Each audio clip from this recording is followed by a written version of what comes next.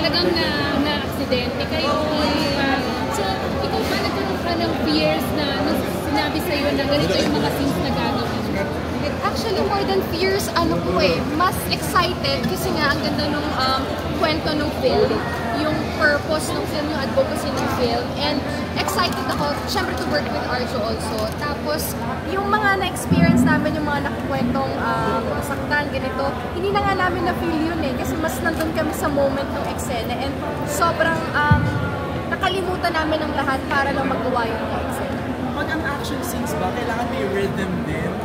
Yes, definitely. Diba? Katulad din ng emotions, mas maganda kung tuloy-tuloy. Pero obviously kung tuloy-tuloy, meaning mas nakakapagod. Kasi of course, iba-iba din ang shots and working with Direct Richard, kailangan talaga hindi naman sa patient, there's an art to it. So talagang matagal, pero at the end, worth it naman. So parang yun na yung rhythm ninyo in doing the action scenes? Ramdaman yun yung sinasabi namin, acting is reacting siguro. Ang sarap katrabaho ni Arjo, hindi ko pa nasasabi to, ang sarap katrabaho ni Arjo kasi talagang titignan mo lang siya sasabay ko. Syempre yung kwento ko, pumasok lang sa movie. So, abangan niya kung bakit, pero yun yung doon ko na feel na ang sarap ng katrabaho kapag ganito kung galing yung katrabaho. Choreograph, Arjo? Choreograph, sorry. Yung action scenes? Yeah, definitely. And jumping into it, likewise, like shoes, pero back to you. It is so fun working si Julia. Parang plug and play. And it was all action, less dialogue, just very different. Kasi us actors, I think, mas sanay tayo sa mga topics ng mga pelikula, series, we were exposed to that. But this time, na-expose namin yung action side naman namin lahat. So, it's very much different, very explosive, different Julia. I know they always say different, but this time talaga when I say different, kakaiba talaga yung ginawa din ng Justin. How do you support? Nasugatan na nga daw kayo. Yes, puro. How do you support each other dun sa action scene ninyo? Kapag may nasasaktan ba?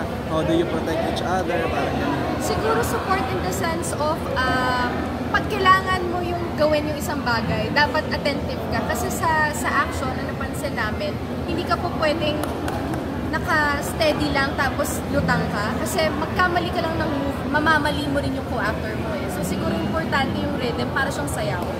Kailangan nag-jive kayong dalawa. And yun yung pinakamasarap sa shoot namin. Kasi lahat kami, pag sinabing cut, kala mo naglalaro lang kami, nag-e-enjoy kami. Then pag action, automatic in the zone lahat. So hindi namin na-feel na ganun pala namin shoot yung days na yun. Kasi talagang nag-enjoy lang kami and in-enjoy namin yung ipapakita sa bawat tao.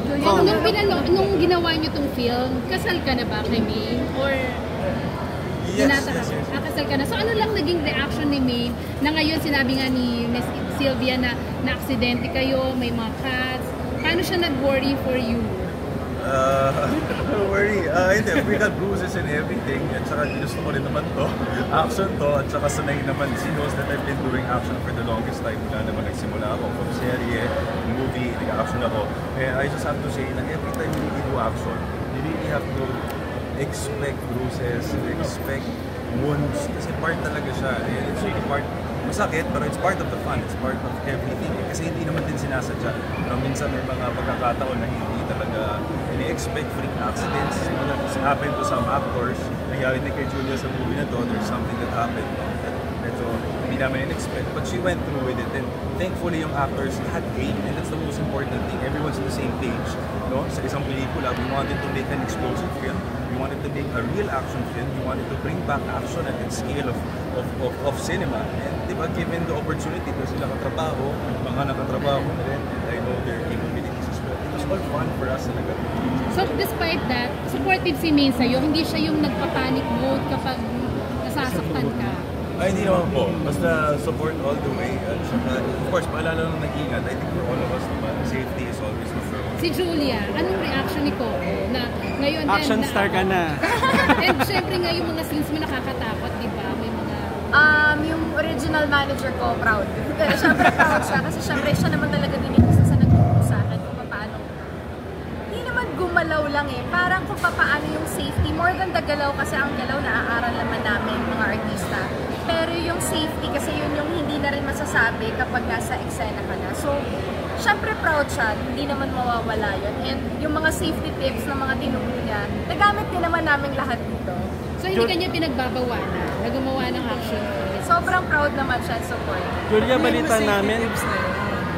Safety tips kasi syempre syempre pag may mga baril, automatic yan, laging mag-iingat kasi meron pa rin mga spark na lalabas dyan. Kapag mga action, kapag wag masyadong in the zone. Kasi minsan kaming mga artista, pag nag-enjoy kami, minsan gusto na namin, kami na lang gagawa para kuha nyo na yung shot. Ganun ka namin, kamahal yung trabaho. Na minsan nakakalimutan namin na, teka lang, are we ready ba talaga or equipped to jump or di ba, hindi natin may iwasan may accident. So yung mga ganung bagay, minsan, na-enjoy namin, nakakalimot kami. Julia, balita namin, natusok ng pako yung tuhod mo, hinila mo lang.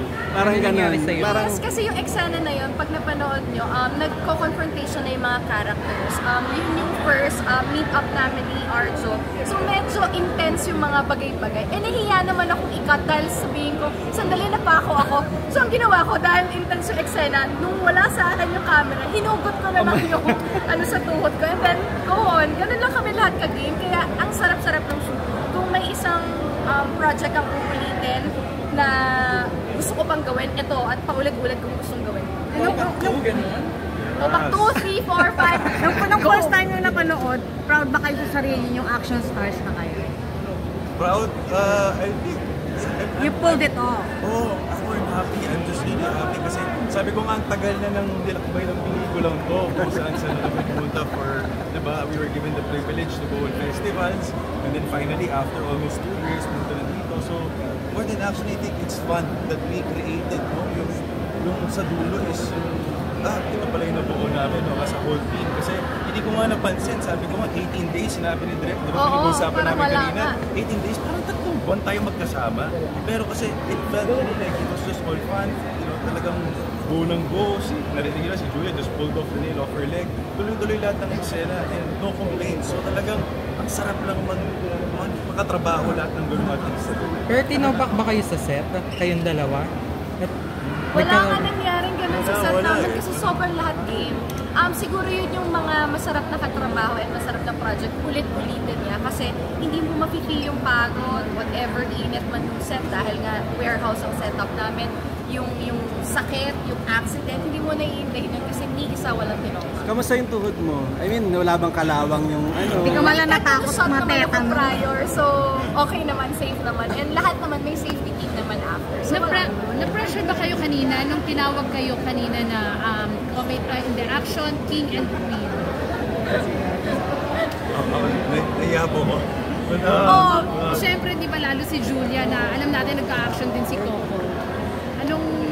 Na-pressure kayo? Siguro ang napansin ko sa amin dalawa, si Arjo, magaling na artista, hindi siya dun sa after sa terms, mga titles. Siya talaga pag gumawa ng trabaho. Siguro yun naman yung napapansin ko, same kami. Basta masaya kami sa project, yun okay na kami doon. More than the recognition, reward na lang yun or parang happy na lang kami na appreciate ng mga tao yung nagawa namin. Arjo, Julia, box office o awards? Wow. I think More work. Kasi Mas doon kami sa more work. We're just thinking, sabi ko, ito naman pressure yung wala MJ, we're just really thinking of enjoying. Ginawa na namin lahat, we're promoting, bigot na kami. We gave our all in the film towards action, nagkatong dugo, sugat the next day. Everyone worked so hard, so definitely we gave all reasons na sasalang pa sa bota talaga, especially this coming MMFF. And definitely something na very different in terms of action. Sabi ko nga magpabalik. And this is really catering again to the awareness of PTSD. And not just PTSD, but mental health in general. Si Rose daw may question. Rose? Yes.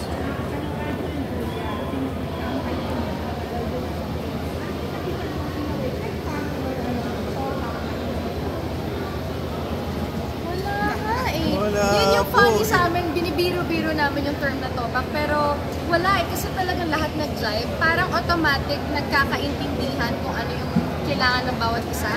So minsan kapag may inaantok na, andyan may magpapatawa yung isa sa grupo namin. So automatic yun, mabubuhay na kaming lahat. Pag may pagod na, mag-aano yung isa. So walang ganun nangyari. So, very smooth. Very smooth sailing po talaga yung set. That's why sabi kanina ni Paolo, I think Bertol, looking forward to working the next day again. Kasi pagdating namin ng set, tawanan, pero pagdating sa eksena ng, sorry for the word, nagpapatayo naman kami. So, ganun lang na setup, pero it's all fun. Pero Arjo, alam natin, yung mga kalaban mo this MMFF, mabibigat. Nandiyan si Aga Mulak, si Piolo Pascual, si Dennis Trillo. Sa palagay mo ba, totopakin ka kapag isa sa kanila ang tumalo sa'yo bilang best actor? Nako, I never, since day one career, I never go to get an award. I do what I can to contribute as much as I can. Hanggang doon lang po yun. I never worked for an award. I just really wanted to express myself through, telling stories. And maganda pong story ang Topax. And what Julia said, we're not anymore looking towards all these other unnecessary things na pressure. I think we're here to express ourselves lang and do other roles na I think yun na lang yung goal namin as actors na huwag na umulit ng role, mag-explore na sa ibang mga roles na mga hindi pa namin nagagawa. So hindi umaakit sa ulo mo na nanalo ka na internationally ng mga Best Actor Awards? Never. Those are only reasons for me to work harder, but not reasons to always be. Last na lang ako. Ano yung natutunan nyo sa role nyo dito na nai-apply nyo in real life? And ano yung nabago sa inyo para mabawasan yung topak? Sorry, ano yung first question? Ano yung natutunan nyo sa role nyo dito na ina-apply nyo in real life para mabawasan yung topak nyo? Ako siguro as Weng, na-realize ko na kapag usapang pamilya na talaga, pag nandun ka na sa sitwasyon na life and death, ilalaban at ilalaban mo. So kahit anong topak pa yun, magalit ka man sa, like sa kwentong may kapatid ako doon, which is si Kokoy, kahit ano man yung maling ginawa ng kapatid mo, at the end of the day, love will prevail. So yung pagmamahal mo yung mas malalaig. So hanggang kamatayan, kung kaya mo ipagtanggol yung mahal mo sa buhay, gagawin at gagawin. Para ganyan na. Siguro, like what I always explain, hindi lahat ng masamang tao, masama. Topak explains that every character is human. May pinanggagalingan, we're born in different circumstances, different situations. And kaya tayo ganito. No? Kaya ganun yung character ni Sid, kaya ganun yung character ni Julia, kaya ganun yung character ko. And siguro, anong ginagawa ko para hindi pagkatopak? Tulad na sinabi ko kanina, tita, hinga. Hinga. And always choose kindness, always choose to be the better person no matter what. Kasi getting your topak out and sabi ko nga, may sinabi ko, hindi mo na mababawi. So might as well keep it to yourself na siguro as much as you. Paano ka nilalambing ni Maine kapag kinatopak ka? Yakap. Yakap lang, wala na lang. Si Julia, paano nawawala ang topak? Ano ginagawa ni Coco? Tatawa lang. Yakap na lang din. Thank you. Thank you. May last lang. In real life, paano namin malalamang may topak to? Ano yung mga indications sa inyo? Mga kaibigan mo. Huwag mo na kausapin, may topak. Ang nakakalungkot kasi sa ating sa Pilipinas, ang term kasi na topak nagiging negative. Sana mas tingnan natin siya na topak. It's more of emotional state lang ng tao na may pinagdadaanan or hindi okay, more than the topak negative side. Kasi lahat naman tayo, may kanya-kanya tayong moments na hindi tayo okay. May pinagdadaanan pero hindi ka pa ready i-share. So technically, hindi mo man sinasadya, tinotopak ka. Parang sana mas tingnan natin siya sa ganung aspeto, more than the topak negative connotation natin. Siguro more of sa emotional lang din. And then just be more kind and be more supportive. Pag may nakita kang ganon, just prepare lang kung saan ka makakatulong, kung kailangan ba niya nakausap, ikaw sana yung makausap. Kung hindi naman, time ng space, give space, respect lang siguro. Thank you.